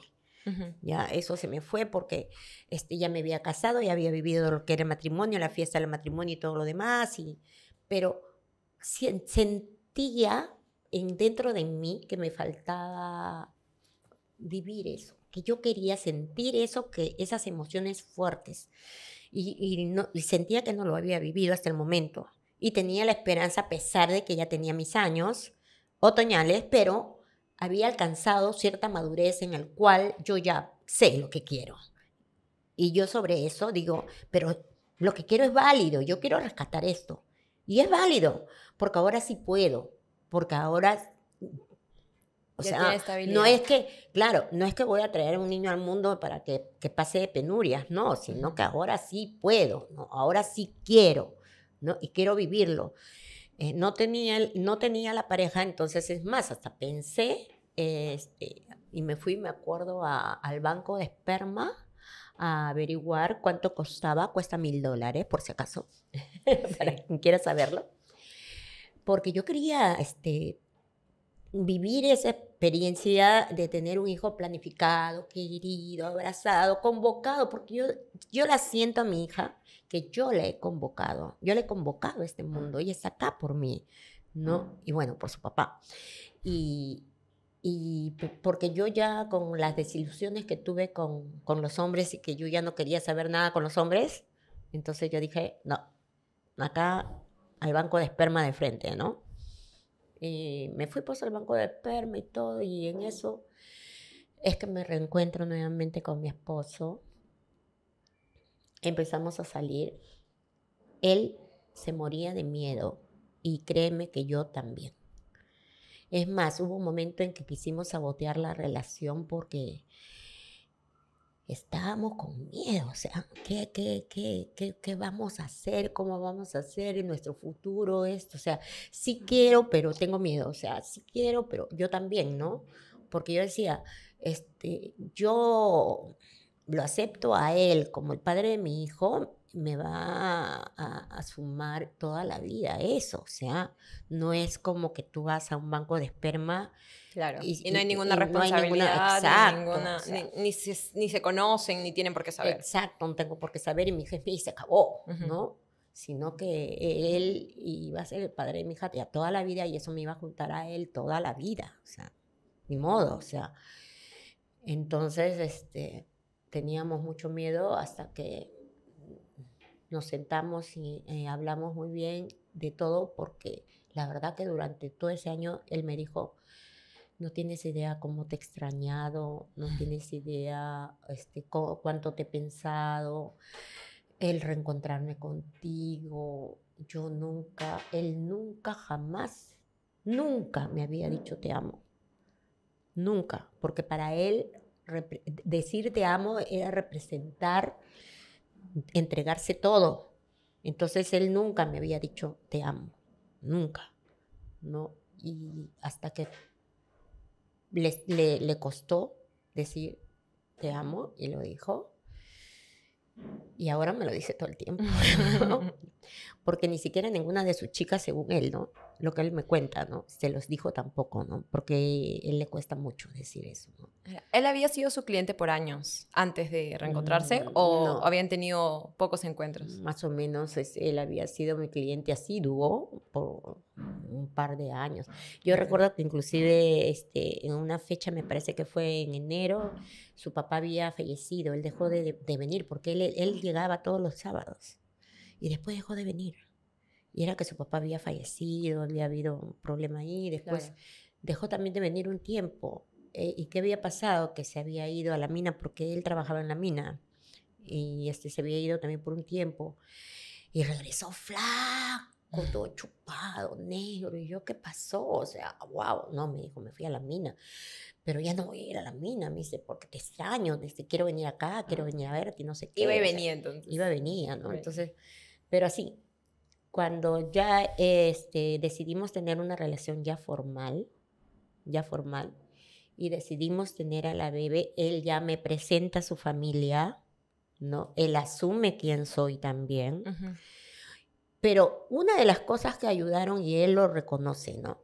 Es que yo ya no trabajaba en el trabajo sexual. O sea, Ya lo había dejado. él no le importa, no le interesa, no se siente afectado en nada. A todo lo contrario, me dice, estoy orgulloso de ti por todo lo que yo hago, porque yo he sido trabajadora sexual tantísimos años y porque defiendo los derechos humanos de toda la comunidad Sí. de las trabajadoras sexuales, pero yo ya no estoy en el trabajo sexual. Ujú. ¿No? Pero, ¿cree que a lo largo de su vida, sus parejas, ¿no? Familiares, amigos, se avergonzaban en algún momento, inclusive sus hijos de repente cuando crecían, cómo tomaron esto, cómo lo aceptaron, que sea trabajadora sexual? Mira, la situación se ha dado en la cual mis hijos, como que ya lo sabían por la vida que yo llevaba y cómo la llevaban, como que ya lo asumían, pero Claro, no se hablaba. nunca él se sentó y les dijo, yo trabajo en No, esto. no, hasta que decido formar la organización, ¿no? Hasta que decido, no, acá tenemos que organizarnos, ¿no? Y yo quise tomar la batuta porque nadie la hacía, Ujú. ¿no? Entonces yo voy a tomar la batuta y lo voy a asumir y lo voy a asumir con todo. Y salgo por primera vez en Canal 9, me acuerdo, en una entrevista. Yo era promotora de salud en esa época y hablo acerca de la necesidad de que las trabajadoras sexuales nos organicemos por televisión, asumiendo que soy una trabajadora sexual. Ujú. Entonces, antes que eso pasara, yo siento a mis hijos en la salita que teníamos ahí y les empiezo a hablar. Miren, esto pasa, esto ta, ta, ta, ta. Solamente hablé con los dos mayores porque el tercero estaba muy chico para entender. Entonces mi hija me dice, yo ya lo sabía. Así, dice, yo ya lo sabía, mamá. Yo ya lo intuía, yo ya lo sabía. Y yo lo miro a mi hijo mayor, que en esa época tendría, pues, no sé si 14 años, 14, 13 años, no me acuerdo. Y empieza a decir, ¿no? Así, textual, literalmente, dice, bueno, si Jesús perdonó a María Magdalena, y cuando dice eso, mi hija brinca, da un salto sobre él así, porque estábamos sentaditos ahí en la sala, da un brinco así. Y así Clara dice, ¿perdonar? ¿Perdonar? ¿De qué estás hablando? ¿Qué cosa tienes que perdonar a nuestra madre? ¿Qué tienes que perdonar? Que tienes para ir al colegio, que tienes ropa, que tienes tremendos rollos, que tienes salud, que tienes un techo. ¿Eso le tienes que perdonar a mi mamá?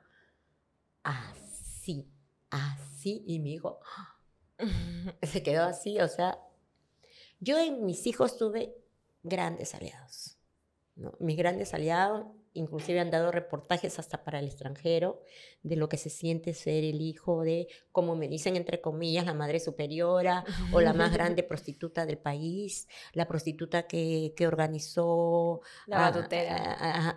la historia del Perú y qué sé yo, o sea, ¿no? Porque depende mucho de cómo lo ves, ¿no? Yo Claro. recuerdo un reportaje que le hicieron a mi hijo, que le preguntan, ¿no? ¿Qué se siente? Y le dijo, orgullo, ¿no? Porque mi mamá ha demostrado que nos quiere tanto, que no le ha importado que la señalen, que no le han importado que la insulte, que la discriminen, y ha sido capaz de poner el cuerpo por nosotros. O sea, depende mucho, por eso digo, del cristal como lo veas, Por supuesto. ¿no? Usted se ha expuesto no solo por sus hijos, sino también para defender a otras mujeres y para que vivan menos abusos de lo que usted vivió, ¿no? Y para proteger de alguna manera a las trabajadoras sexuales, que muchas están ahí y son madres, son esposas, son hijas, son amigas, son seres humanos que han decidido este trabajo, pero alrededor hay mucho tabú todavía, ¿no? Hay mucho prejuicio y hay mucha injusticia. Por ejemplo, en nuestro país no es ilegal la prostitución como tal. Sin embargo, se ha visto mucho abuso hacia las trabajadoras sexuales. Creo que ese es uno de los motivos por los que creó la asociación en primer lugar. Y el abuso está prácticamente reforzado y reglamentado con las leyes criminalizantes que existen, como por ejemplo la 179, que es la ley de favorecimiento a la prostitución. Ahora, tú bien lo acabas de decir, la prostitución no es delito. ¿Cómo el favorecimiento a una actividad que no es un delito puede ser delito? O sea, está tirado de los pelos. Nosotros ya hemos trabajado una propuesta de ley para que desaparezca la figura de favorecimiento. Lo hemos presentado con el congresista Camiche, porque ese es el caballito de batalla y una de las leyes que utiliza la policía para extorsionarnos, que utilizan los gobiernos de turno de las municipalidades para extorsionarnos. Y no solamente extorsionarnos, ojo, violarnos, porque eso es lo que es común y se ha normalizado las violaciones de trabajadoras sexuales por parte de los malos elementos policiales y también por parte de los malos funcionarios del Estado. ¿Ya? Y entonces, ese es lo otro. También la ley de trata. Tú no puedes hablar acerca de las víctimas de trata de personas para prostitución. Está mal dicho. Son las víctimas para trata de personas para explotación sexual, no para prostitución. Prostituirse es una decisión. Exacto, no es un delito. Entonces hay que cambiar esas leyes, pero no les conviene, y menos a la policía, menos al Ministerio del Interior, no les conviene, porque hay muchas autoridades que están metidos en eso y que tienen inclusive negocios que manejan chicas. Y ha habido casos, ¿no? Hace poco asesinaron a una mujer porque estaba metida en algo así con el Congreso. Entonces, hay mucha gente atrás de esto. Y eso, por ejemplo, está mal dicho. ¿Por qué? Porque no es una red de explotación, sino es una red de explotación sexual. Porque si bien estas chicas eran pagadas, porque tenían un sueldo, creo que de 9,000, algo así escuché, ellas no podían decidir con quién tenían que dar el servicio. Ellas no sabían cuánto era lo que en realidad se les iba a pagar por el servicio. Quien las manejaba era un tipo que le tenía que decir dónde es que tenían que ir para dar el servicio. Cuando hay intermediarios, cuando una no decide, cuando uno no hace trato del servicio, es explotación sexual. Porque ¿quién está ganando? Porque probablemente ellas cobraban 9,000, pero el otro ¿cuánto ganaba? ¿Cuánto le daban? Claro. ¿No? Entonces ahí hay un intermediario, por lo tanto es explotación. Entonces no pueden hablar acerca de una red de explotación en el Congreso, no. Es una red de explotación sexual en el Congreso. Claro, sí, entiendo totalmente por qué lo dice. La asociación que usted fundó hace 20 años, hoy día, ¿qué es lo que busca? Reconocimiento del trabajo sexual, Necesitamos derogar todas esas leyes que nos criminalizan. Ujú. Necesitamos estar dentro de un marco legal laboral para poder tener beneficios tal cual puede tener cualquier trabajador, porque también queremos una vejez digna. Sabemos que no podemos trabajar hasta cierta edad, solamente podemos trabajar hasta cierta edad. Entonces, no tenemos seguro, no tenemos tampoco el reconocimiento para poder entrar a ningún programa de apoyo, ya sea de vivienda, créditos, lo que fuera. Como trabajadora sexual no tenemos que inventarnos Ujú. y hacernos pasar a veces hasta por empleadas del hogar, lo que fuera, para poder acceder inclusive hasta el seguro social y cosas así, ¿no? Ujú. Que nos parece discriminatorio, excluyente. El Estado solamente nos mira de la cintura para abajo porque lo único que tenemos es la atención médica periódica, que es lo que te ve vagina y ano, y Ujú. si tienes algún tipo de infección, te da unas pastillitas y se acabó, pero no te ve más. O sea, nosotras somos mujeres integrales Claro. que merecemos tener todos los servicios. Y por otro lado, descriminalizar también el trabajo sexual y a las personas que lo ejercen, Ujú. porque estamos criminalizadas y criminalizadas, y tiene mucho que ver el Estado por esas leyes justamente que nos criminalizan, y también poder hacer incidencia ante la sociedad para que vea que nosotras estamos dando la cara. O sea, estamos acá, somos madres de familia, personas luchadoras, formamos parte de todo un proceso de servicio a la comunidad, porque la sexualidad, el ejercicio de la sexualidad es una necesidad humana también, y damos un servicio a la comunidad. Entonces nosotras deberíamos ser no solamente reconocidas, sino bien consideradas y protegidas, ¿no? Y más ahora desde que entraron las mafias y de que empezó el fenómeno de la migración, de ya, pues yo te estoy hablando cuando empezó el fenómeno de la migración en el 2012, Ujú. que empezaron a llegar gran cantidad de ecuatorianas, en 2015, 16 colombianas.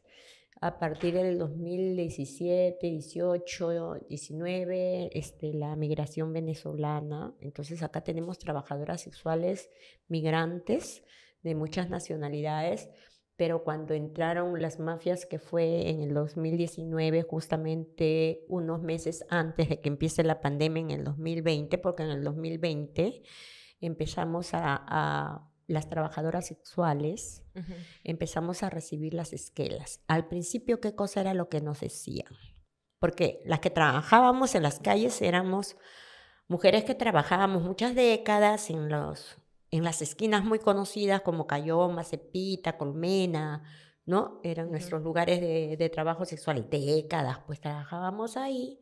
Y de repente nos viene la esquela diciendo que tenemos que desocupar esas calles porque ahora ya había llegado en aquella época el Tren de Aragua, la dinastía de Alayón, el bus del Oriente. O sea, esas fueron las primeras que estaban llegando. Pero yo ya había visto ya dentro de un año anterior, ya había visto algo muy extraño, que ahora ya lo relaciono, ¿no? Estas mafias ya tienen una mirada empresarial, porque ellos habían mandado gente primero a hacer un estudio de todos los lugares de trabajo sexual, la cantidad de mujeres que había, los cobros que se hacían, cuánto era lo que cobraban, la afluencia y todo eso. Ellos ya tenían toda esa información porque ellos habían mandado a su gente a hacer todo ese estudio de mercado. Ujú. Entonces, es más, muchos de ellos, porque eran extranjeros y eran bien plantados, altos, simpaticones, que enamoraban a las mamis, las Ok. enamoraban para sacarle toda la información y se hacían sus parejas inclusive. Y llegaron un momento en que cuando ya llegaron las mafias acá, en algunos lugares hicieron sociedad, porque como era, por decirte, mi marido, entonces yo te doy esta parte que es mío, nos compartimos mitad mitad, tú pones ahí a tus chicas y yo tengo acá las mías. Pero no era que sus chicas eran víctimas de explotación sexual.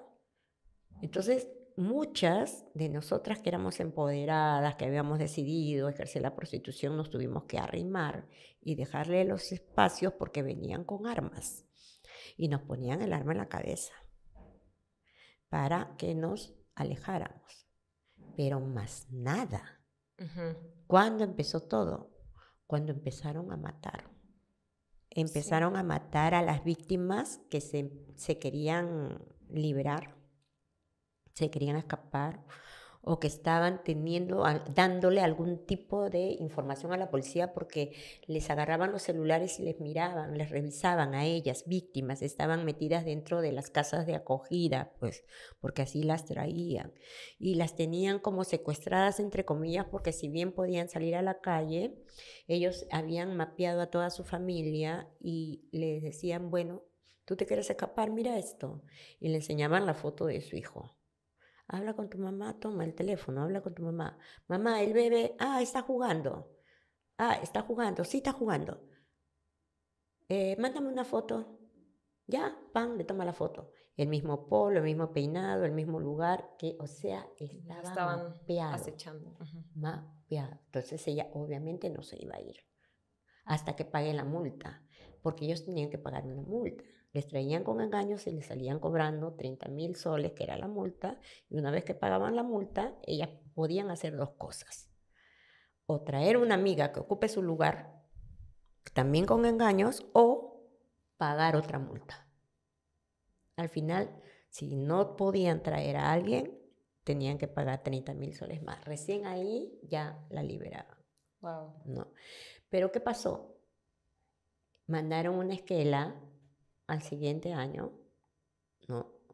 Recuerdo que en el 2021 fue donde dijeron, ahora pagan todas, porque antes solamente pagaban las de las multas, ahora pagan todas, peruanas también pagan. Empezaron. Y lo peor de todo fue que nosotros alertamos a la policía. Nosotras fuimos las primeras que empezamos a alertar a la policía acerca de la presencia de las mafias y la policía no nos hizo caso. Es más, en aquella época estaba Castillo de presidente y Aníbal Torres estaba de presidente del Consejo de Ministros. Y en una conferencia de prensa le preguntaron, ¿qué opina usted? Porque habían matado en el 21 habían matado a 2 ecuatorianas en Cepita, jovencitas, las chicas, las habían asesinado. ¿Y por qué fue el escándalo? Porque fue prácticamente en el centro de Lima. Y le preguntan a Aníbal Torres, un periodista, y le dice, ¿qué opina acerca de la prisión y de los asesinatos de las trabajadoras sexuales en el Girón Cepita? Y dijo, que nosotros vamos a desaparecer la prostitución porque cada día más jóvenes se están contagiando de SIDA y yo mismo he visto la población de penales que se están muriendo de SIDA. ¿Qué cosa tenía que ver eso? O sea, un poco más y dice, muchas gracias a las mafias que nos están matando, que están matando a las trabajadoras sexuales, y empieza a hablar de SIDA criminalizándonos, de que nosotras somos las culpables, de que la gente se infecte de VIH, o sea. Porque SIDA es la última etapa, claro, pero él como un ignorante, completamente ignorante, y nadie le había dicho que la prostitución tampoco parece, ¿no? No es delito, la forma como se expresó fue terrible, ¿no? Y lo que pasó ahí fue que mataron a Rubí y a Priscila Guado, dos chicas trans del Girón Cepita en el 2023, en febrero del 2023, ¿no? Y las matan por diferencia de horas. ¿Por qué? Porque se quejaron las que manejaban todo ese sitio de que las trans se habían rebelado y que querían recuperar sus espacios. Y la mafia agarró y mató a 2, ¿no? Entonces la situación se volvió muy grave. Ya todas pagaban, se repartieron, las mafias se multiplicaron porque empezaron a salir nuevas mafias. Algunas, por ejemplo, se juntaron peruanos con venezolanos, otros que estaban descontentos con su organización criminal se salían y se formaban sus propias organizaciones mafiosas. Al final, esos espacios que eran los espacios para la explotación sexual de las víctimas que ellos traían con Claro. engaños, se volvieron sus territorios. Y esos territorios, pues ya habían bodegas, habían negocios, habían hasta canillitas, ahí todos pagan. Entonces ya les salpicó a todo el mundo, Ujú. cuando eso se pudo evitar desde un inicio. Pero mientras que mataban a las trabajadoras sexuales, y era con las trabajadoras sexuales, no era problema. Ahora ya con los transportistas. Y no es por ganar el féretro de oro ni nada de eso, pero ¿cuántos transportistas han matado hasta la fecha? A nosotras nos han matado alrededor de 100 y nadie dijo nada. Claro, lo ocultan. No le dan tanta luz quizás, ¿no?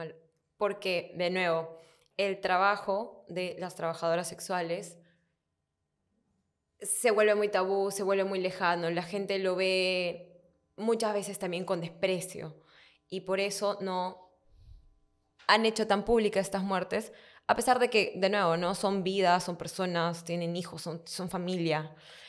Es un problema creo que muy grave, sobre todo en un país tan machista como el nuestro, ¿no? Que aún está tan arraigado el machismo, el juzgar. Entonces, a mí me parece muy valioso el trabajo que están haciendo en la asociación, porque es también desmitificar lo que hay detrás de la prostitución. Y desmitificar también todo ese morbo que hay. Sí. También es desmitificar todo ese cuadriculado que mucha gente piensa de cómo es que yo tengo que comportarme por ser mujer, ¿no? Porque como yo soy esa mujer osada que trabaja con el cuerpo, pero caramba, es mi decisión, mi cuerpo es mi territorio y es mi derecho. Por último, si cobro o no cobro, eso es irrelevante. Porque si lo quiero asumir como un trabajo y tomarlo como un proyecto de vida, pues eso lo decido yo. O sea, nadie tiene por qué ver más allá de no te afecta, no te Ujú, hago daño. ujú. O sea, y más bien ordenarlo, pero para poder ordenarlo se necesita primero reconocerlo. Lo que pasa es que quieren hacer las cosas al revés. Muchos alcaldes han querido, no, que vamos a hacer la zona rosa. Discúlpame, no me puedes hacer la zona rosa porque vamos a seguir en el mismo estado de explotación, vamos a estar en un gueto y mucho más vulnerable ante las mafias. Ujú. Entonces, primero reconócelo y una vez que lo Claro. reconoces, ahí empezamos a ordenarlo según las diferentes modalidades de trabajo, porque hay muchas modalidades. Ujú. Modalidades de internet, modalidades de calle, modalidades de hoteles, modalidades de centro de masaje, modalidades de departamento, modalidades... O sea, hay un sinfín de modalidades, ¿no? Entonces, Claro. pero tenemos que reconocerlo. Sí, y debería regularse. En nuestro país claramente esto está muy lejos todavía de ser una verdad. Esperemos que no. Esperemos que no tanto. Pero hay otros países en los que ya hace muchísimos años esto está regulado. Claro, hay ejemplos mejores que otros, pero es posible. O sea, es posible toda esta convivencia.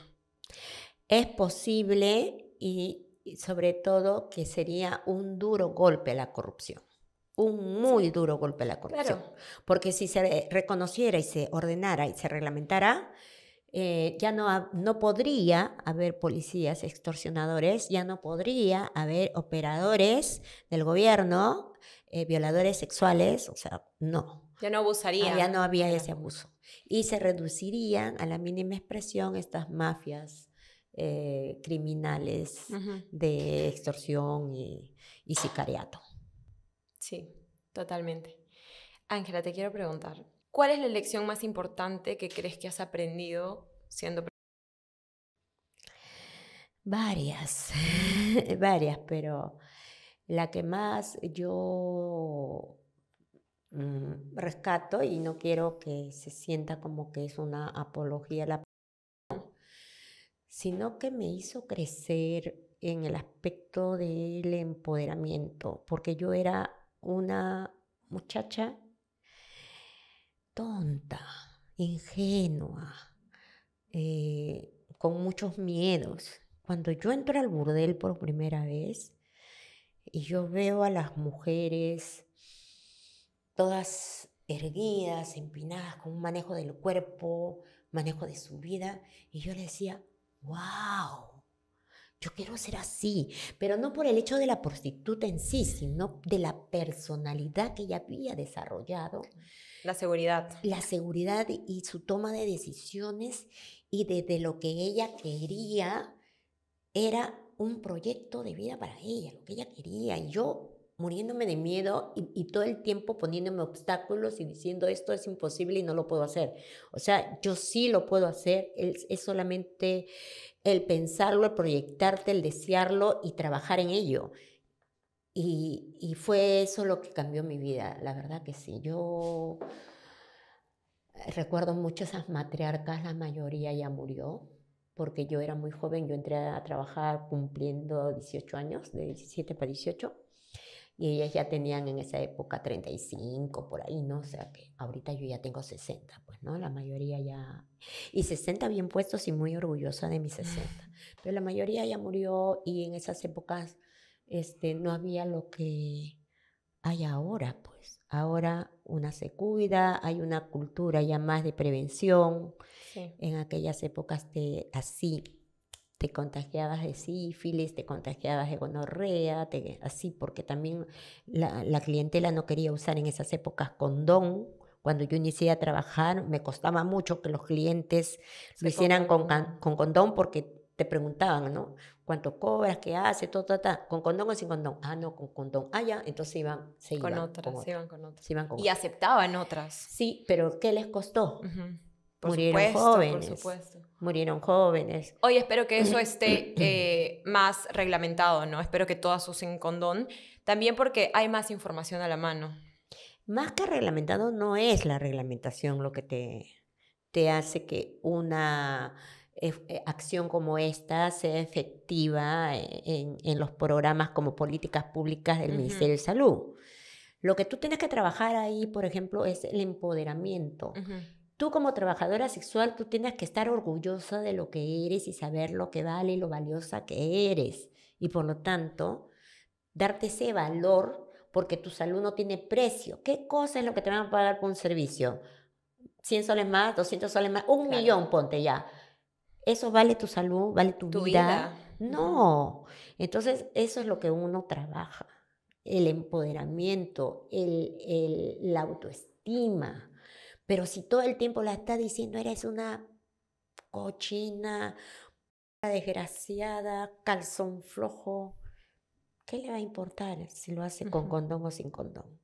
Entonces el Estado es el que tiene que asumir políticas públicas de reconocimiento para que nosotras podamos estar reconocidas y bien puestas y obviamente desde la organización trabajar con nosotras y con políticas públicas con el Estado el tema de la autoestima, el Por supuesto. empoderamiento, ¿no? Y eso va a triunfar, pero mientras nos sigan criminalizando, porque cuando vienen las batidas, ¿qué es lo primero que te buscan?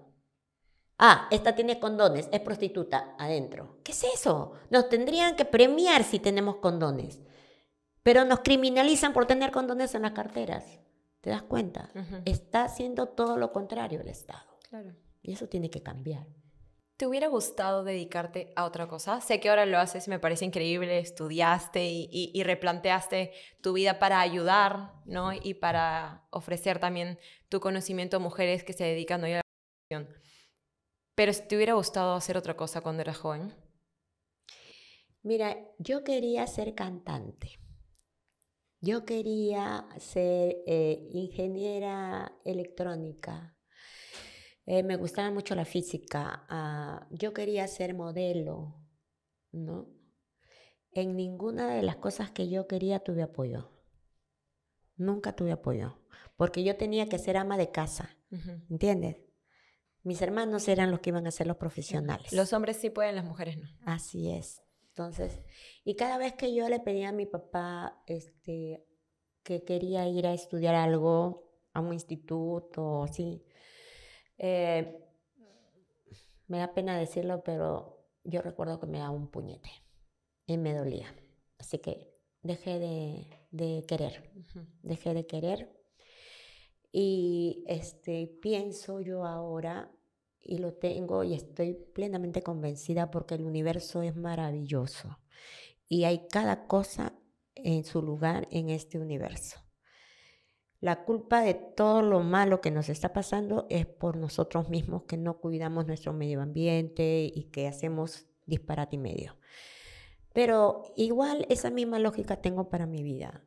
Si me ha pasado todo lo que me ha pasado y he tenido que sufrir todo lo que sufrí para poder estar en el momento oportuno, para fundar la organización, para poder empoderar a más trabajadoras sexuales que a su vez han hecho sus organizaciones y poder hacer un movimiento nacional, porque eso es lo que se ha hecho. Tenemos todo un movimiento nacional de Tumba Esa Tacna, de organizaciones de trabajadoras sexuales, y me siento orgullosa de haber formado parte de esa historia y tengo que escribirlo antes de que me muera.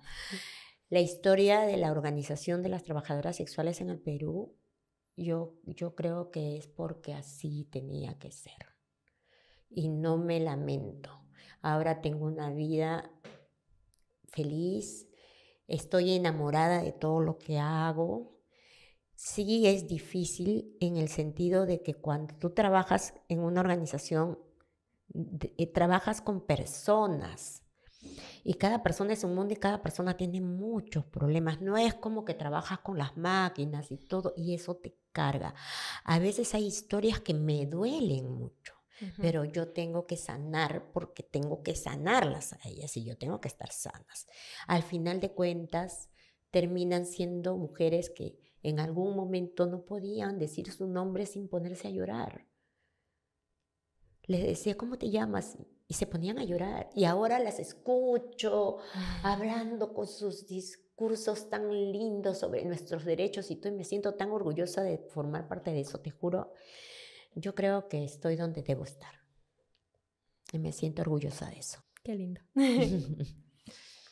Bueno, Ángela, te agradezco mucho por estar acá, por contarnos tu historia, por hacer esta fundación hace tantos años que estoy segura que ha ayudado a muchísimas mujeres y va a seguir ayudándolas. Y esperemos que esto haya servido para desmitificar un poco, ¿no? Cómo es ser trabajadora sexual, que no sea tan tabú, que entendamos que es la elección. Quizás muchas han llegado por necesidad, sí, pero son personas valiosas, muchas son madres, son hermanas, son familia de alguien, son amigas. Entonces, sí creo que aún hay un poco de desprecio cuando se puede hablar o se puede ver a una trabajadora sexual, y yo esperaría que eso no pase porque al final todos somos seres humanos y nadie merece ser visto como más o menos. Así es. Y muy orgullosa de ser quien soy. Te faltó decir abuela. Soy abuela de 3 hermosas niñas y tuve mi hijita ya de cierta edad porque quise tenerla. Planifiqué ya con mi esposo tener a mi hija. Cumplí mi deseo del matrimonio y todo lo demás enamorada y ahora vivo con 2 de mis nietas y mi hijita, así que para mí todas son mis hijas, tengo 3 niñas y muy orgullosa. Y mis niñas, a Dios gracias, nadie me las ha discriminado, nadie les ha dicho nada de nada, así que yo cuido bastante eso, ¿no? Porque la salud psicológica de nuestro entorno muchas veces se ve afectado por ese desprecio que hay, que nos hace un grave daño moral a nosotras y nos vuelve vulnerables. Entonces eso tiene que terminar porque nosotras no nacimos vulnerables. Es todo este contexto que acabas de describir que nos hace vulnerable y siempre van a haber estos maldecidos, estos malditos que se aprovechan de nuestra vulnerabilidad, ya sea para cobrarnos cupos, ya sea para explotarnos, ya sea para entonces, esto tiene que acabar y tiene que acabar ya, porque es una cuestión de derechos humanos. Gracias. Gracias a ti. Abajo vamos a dejar las redes sociales de la Asociación de Ángela para que puedan ver el labor que hacen y apoyarlas también. Yo creo que siempre es importante compartir, hablarlo, ¿no? Normalizarlo. Les agradezco mucho por ver este episodio. Nos vemos en el siguiente. Adiós.